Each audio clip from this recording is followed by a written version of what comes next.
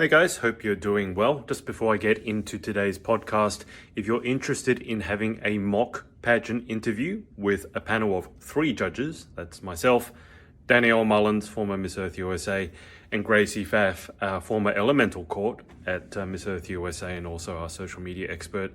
If you're interested in that, go to Online Pageant Academy. It's going to be on, depending on when you're listening to this, it might be after the fact, but it's going to be happening in April. So coming up within the next week. Onlinepageantacademy.com.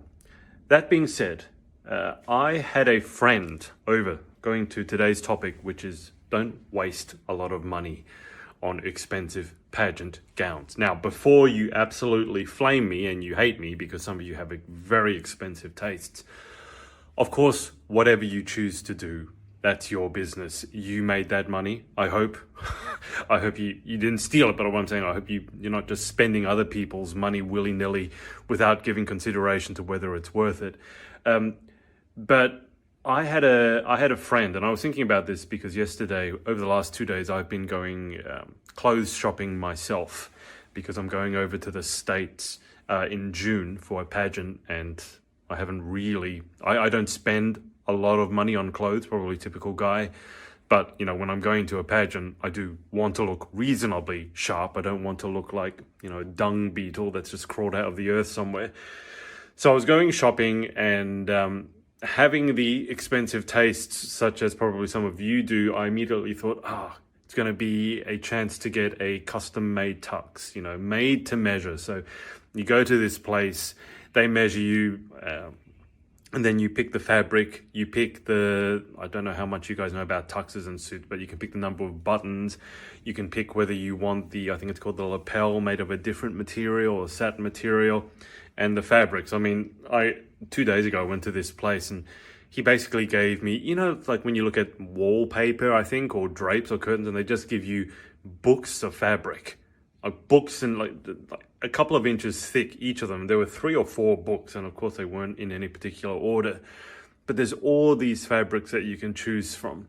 Anyway, he showed me a book, a magazine, that had some photos in it, which was helpful for me because I find it very difficult to just look at a book of fabric and then know what's that going to look like as an actual tux or an actual suit. And the very first page I opened, I kid you not, and it's this guy wearing this immaculate tux that is, obviously made to measure, and it's gold.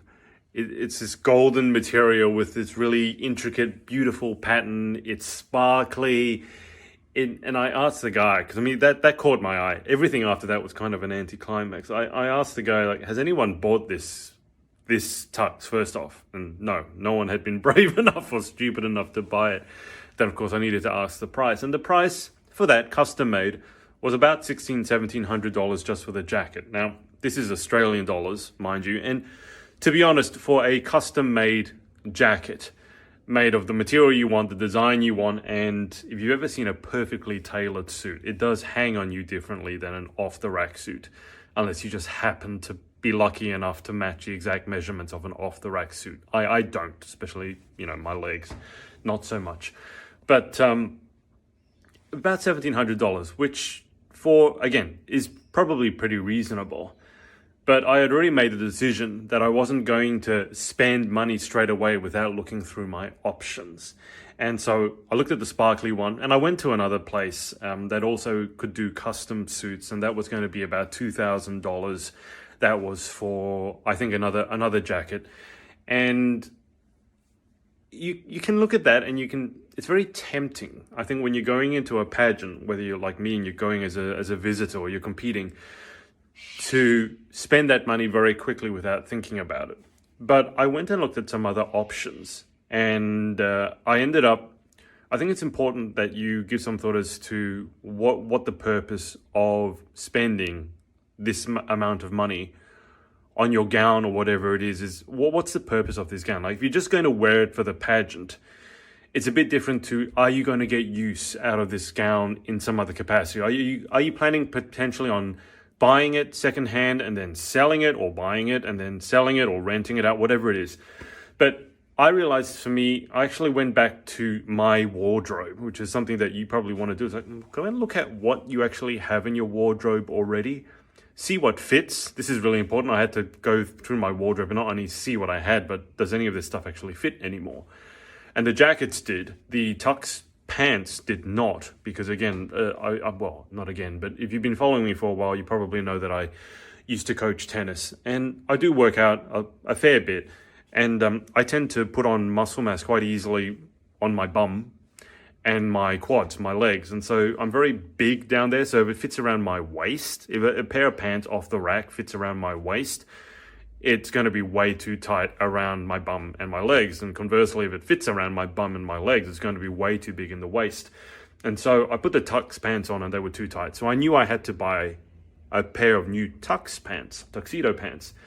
But I'd forgotten to realize that I already have two very showy tuxes. One is red, like velvet, burgundy. One is a dark purple, very rich, feels again like velvet. It's very nice to the touch. Then I have the standard, the penguin tux, the black one. I have all those. So then I was like, well, why am I even looking at getting a custom tux made up when I already have two amazing options? And I mean, also when you're traveling, this is something that sometimes I think some of you forget. You're going to have to take these things over. Like, how many tux suits am I going to take? Tux jackets. Am I going to take 3 tux jackets? Because they're not light. Much like your couture gowns, they're not light. So am I really going to take 3? Do I need 3? And if I take 3, what other clothes am I going to take? Because probably most of my luggage is going to be taken up by my tux jackets. And so I looked at it and realized I don't need a new tux jacket. What I probably need is more sort of casual outfits that don't look like I just woke up and fell out of bed. And so I ended up going to a more casual store, still a smart store, and did a bit of shopping around, and they were having a sale because here in Australia it's coming to the end of, it's the end of summer now, so a lot of them are having the end of summer sales. And yes, we have opposite seasons to you guys in the north, deal with it. But they had these big discounts, and I ended up getting 2 very nice casual jackets, pretty breathable. I wanted them pretty light because I'm going over to the States in Tennessee in summer. I'm assuming it's going to be pretty hot. So these are pretty light jackets, a couple of new pairs of trousers, because I realized that's also something I didn't have, was a casual pair of trousers. I have a lot of shorts, again, tennis. And even a pair of comfortable, casual, but yet smart shoes, because I have a lot of sneakers, because again, tennis. Got all that. And this is before I got the shoes. The person was tallied it up and told me the price. It was like $400. And I said, how much? She said $400. Like, shouldn't it cost more than that? I mean, 2 jackets, 2 pairs of trousers. Bear in mind, $1,600 for the tux, right? And a quarter of the price for 2 jackets, 2 pairs of trousers that fit me really nice. And by the time I added the shoes on, okay, it was $600. But I'm going to get so much more use out of these clothes. It's going to give me more options because I can mix and match. And it's like a quarter to a third. By the time I added the shoes, like $600.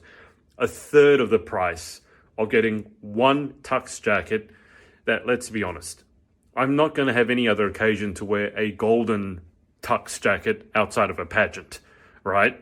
It's not like I could wear that probably to a wedding or anything. I certainly can't just wear that going to the McDonald's or going out for dinner with people. I mean, I could as a joke, but I don't think people would appreciate it. I'd probably have eggs thrown at me or something.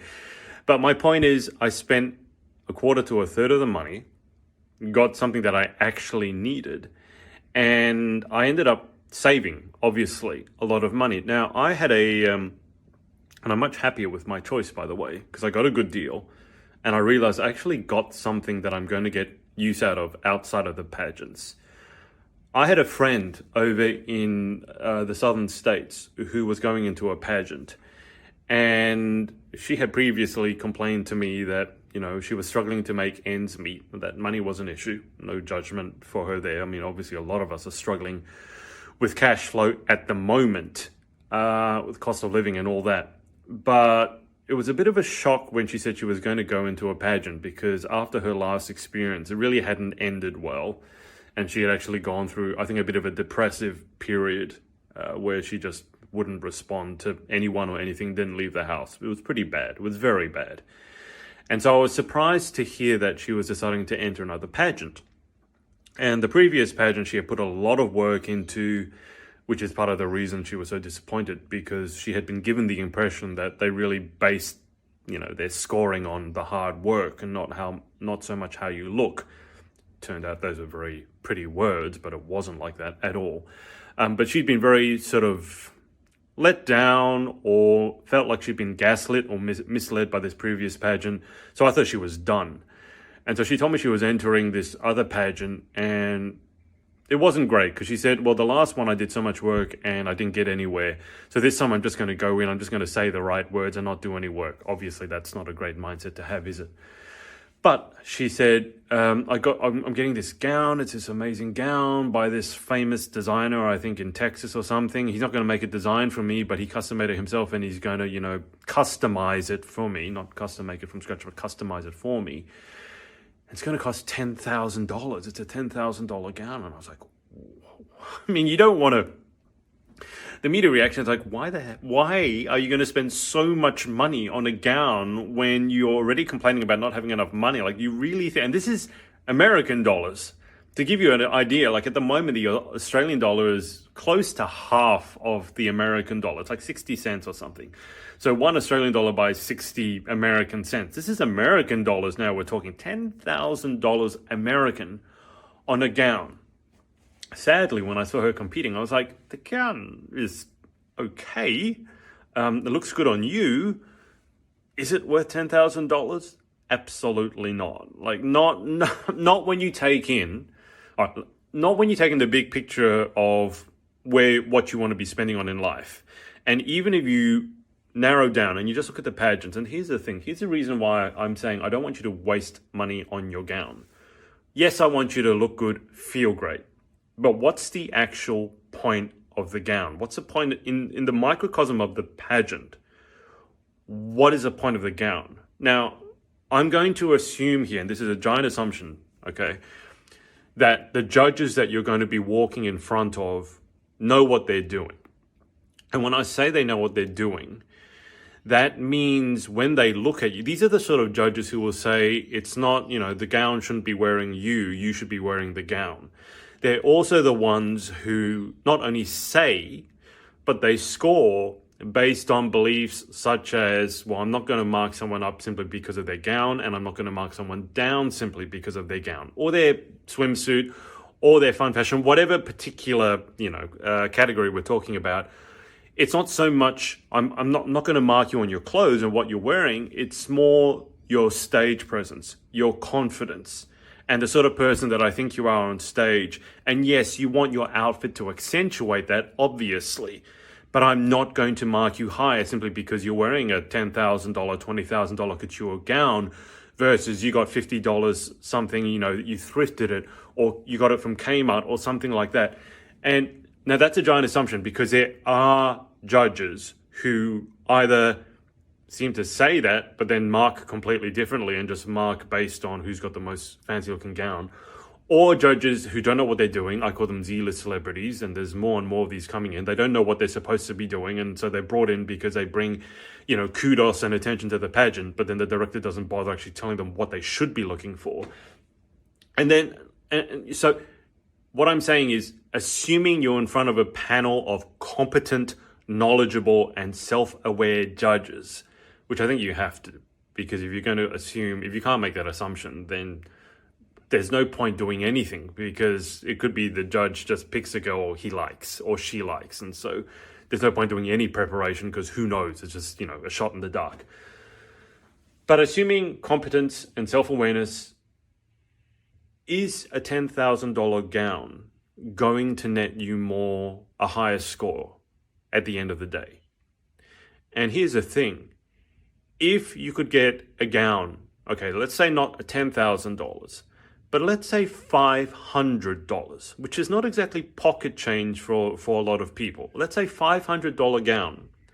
And let's say you have it tailored. Maybe it's not made just for you, but you get something off the rack or you thrift it. It looks great. It's got a bit of a history maybe. And you have it tailored, brought in. Maybe you add something to it. You add a train, remove a train, whatever it is. You put some sparkles on it, and $500. And it makes you feel great.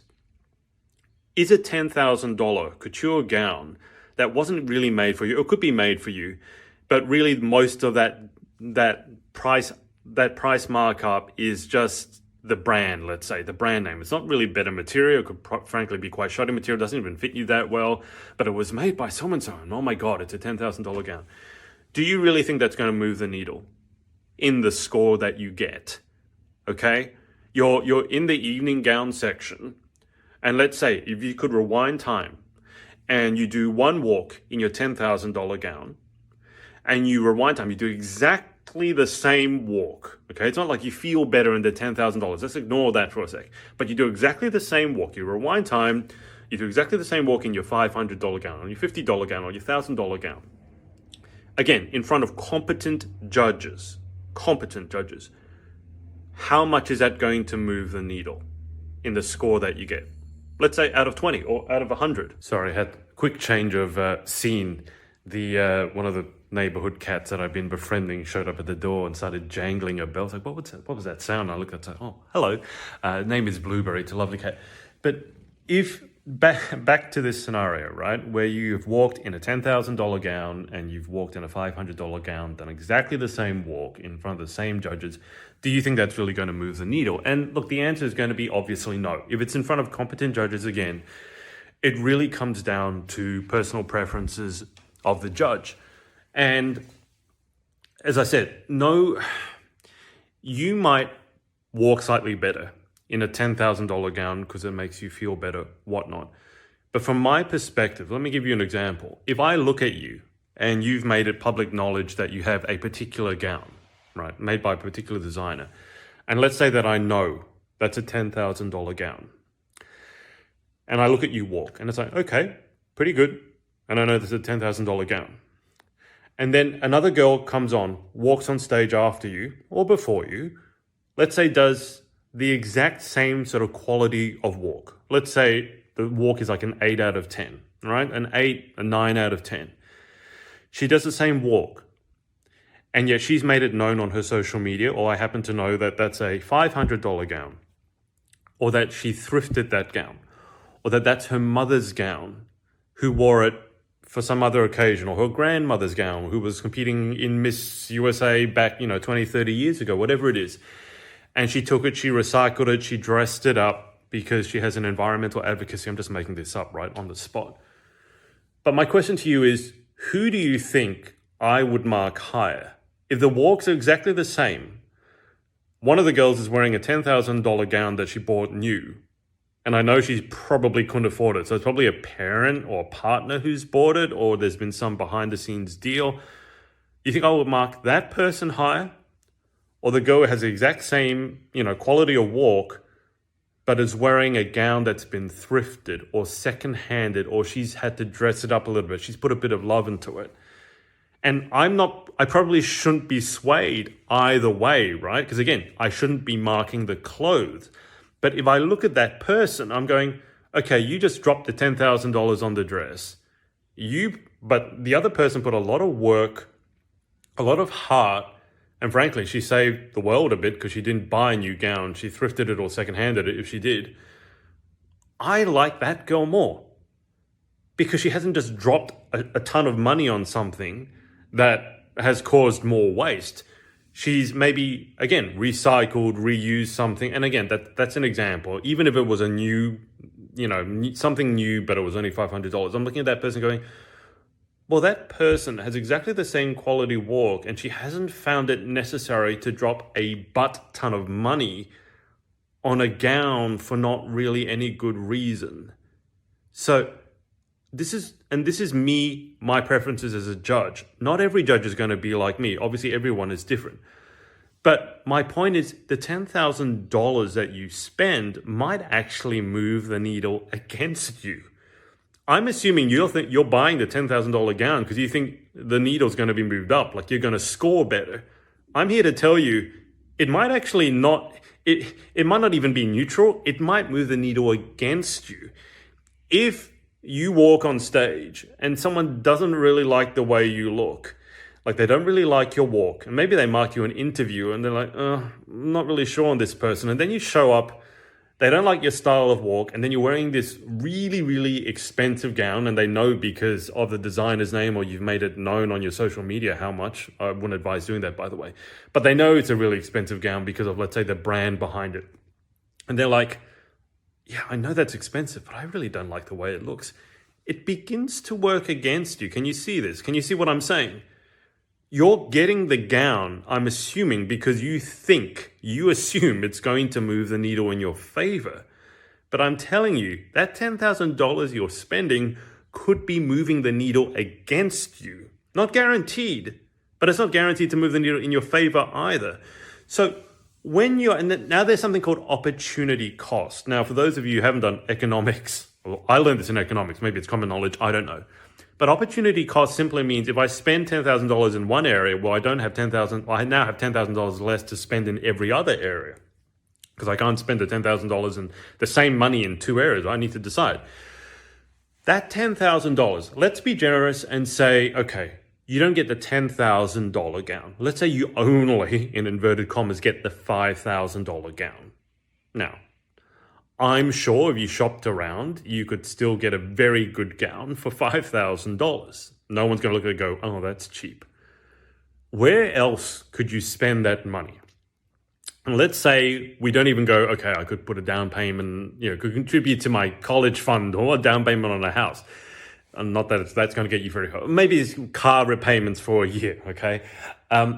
Where else could you spend that money even just inside Pageant? So we don't even look at outside your life. Let's just look at the Pageant. Would you be better off spending, rather than the $10,000 on the gown, spending $5,000 on the gown and taking that $5,000 that you saved and spending it on coaching? What about traveling? Right, that bird you're hearing out there is squeaking at the neighbor cat, who's now looking at me from outside the window because he wants me to feed him. But $5,000 to travel, to do work for your advocacy, right? Or $5,000 on interview training. Or even, this comes to mind because I was approached by a pretty famous podcaster and I had an opportunity to go on his podcast, but it's one of those things where you have to pay for it, which I'm not a fan of. Or could you take those $5,000 and do a media appearance? Could you pay for a media appearance? Or $5,000 for some branding or a website or someone to look over your social media, right? Are you seeing what I'm meaning? Like, you could just save the $5,000 and spend it somewhere else, or save it up for life in general because life is expensive. Or even if you wanted to spend it in pageants, would that same amount of money spent elsewhere have a much more realistic chance of moving the needle, that scoring needle, in your favor?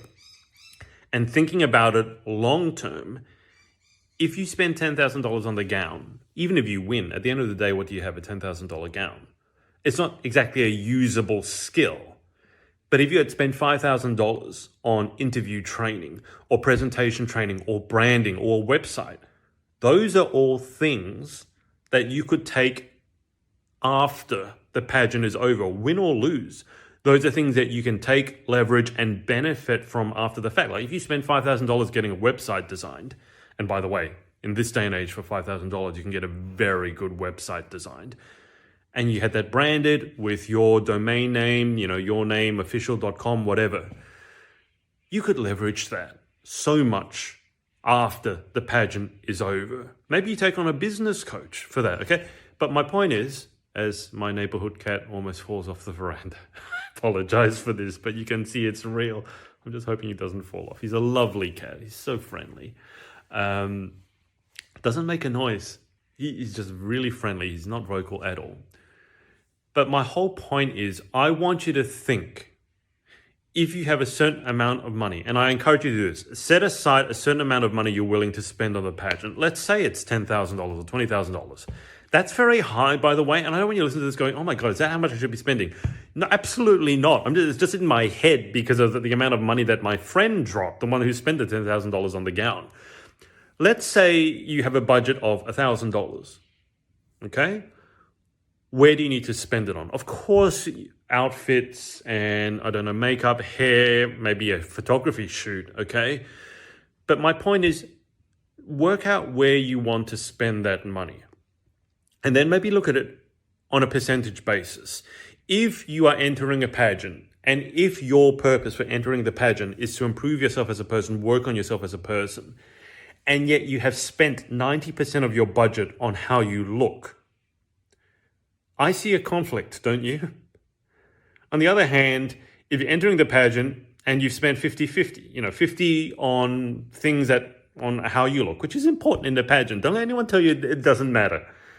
Okay? The truth is it's never black and white. It's always in the middle. Doesn't matter how you look. Yes.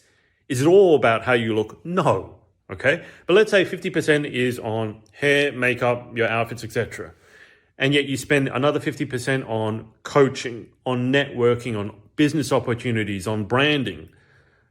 I'm now looking at that going, that's more of a balance that is in line with what you've been saying with your mouth.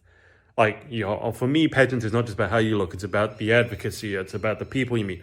Okay, and if you've got a 50-50 split on your budget, I buy that. But again, if you're telling me it's about all the philanthropic work you put in and my advocacy, and then I look at your budget and it's like all of it is spent on your gown and not 1 cent has been spent on traveling somewhere to do work or a media appearance or anything like that, it's a conflict. It's a bit hypocritical, isn't it? So this is why I'm saying don't waste money on your gown. It's not as simple as there's a figure that I have in mind. It really is, does the amount of money you're spending on your gown, on your wardrobe, on your hair, on your makeup, on your shoot, on your Botox, God forbid if you want to do that, is that really matching with who you are saying that you are? And if you're someone who's really focused on the advocacy, the philanthropic work, and you're really interested in giving back, please, please, please, don't feel the need to spend anything on your wardrobe. I know the stylist can be, oh my God, no, you can't. You have to get something. No, you don't. Okay, again, go look in your cupboard like I did and look at what you've got. Chances are, look, if I've got some nice stuff in my cupboard and you as a pageant girl, you're interested in fashion probably, you probably have something in your cupboard that you put it on, makes you feel $1 million. Maybe it only cost $100. Maybe it cost $300. Maybe you had it made up for fun before. But why do you need to get something new? This is something that I've never understood. People are so uptight about, I need to get something new. I need to get something no one's ever worn before. Why? Oh, again, people are, but someone else would have worn that before, so I can't wear it. Okay. Again, this comes down to the judges, right? I have no idea who's worn what. And frankly, if the girls all walked in exactly, like there's 20 contestants at the pageant and they all wear exactly the same dress, I actually kind of like that because now I'm not looking at the dress. I'm looking at you and your stage presence and your confidence, how you speak and all the other stuff that I should be focusing on. It would boggle my imagination, okay, if there's a judge, God forbid, you walk up on stage and let's say you've got a fancy gown, right, that you thought was a one of a kind. And the contestant right before you wore exactly the same gown. And you go, oh my God, now someone else has worn my gown before me, right? But do you really think that the judge looking at you is going to go, oh my God, the girl before this chick wore exactly the same gown. Someone else has worn it before. I need to dock you 10% of your marks. Is that really going to happen?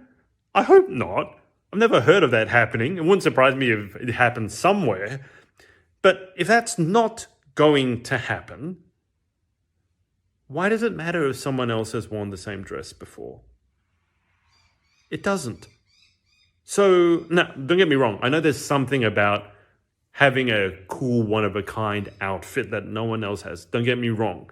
And if you want to do that, you should do that. But I'm saying don't go with this lack of, don't have the blinders on and just accept what everyone else is saying without thinking about it. You don't need to spend $10,000. You can wear something that you already have that makes you feel $1 million. Dress it up if you want to put a bit of love into it. It doesn't matter if it's in fashion or not, or in style or not, or whether someone else has worn it or not. If it works with you, if it makes you feel good, and obviously it suits your body type and all of that, there's something to be said about the objective side of that, right? But if it makes you feel good, it represents you, and it only costs $5, or you got it for free, or you thrifted it, or it's secondhand, whatever, go wear that, okay? Because that's you.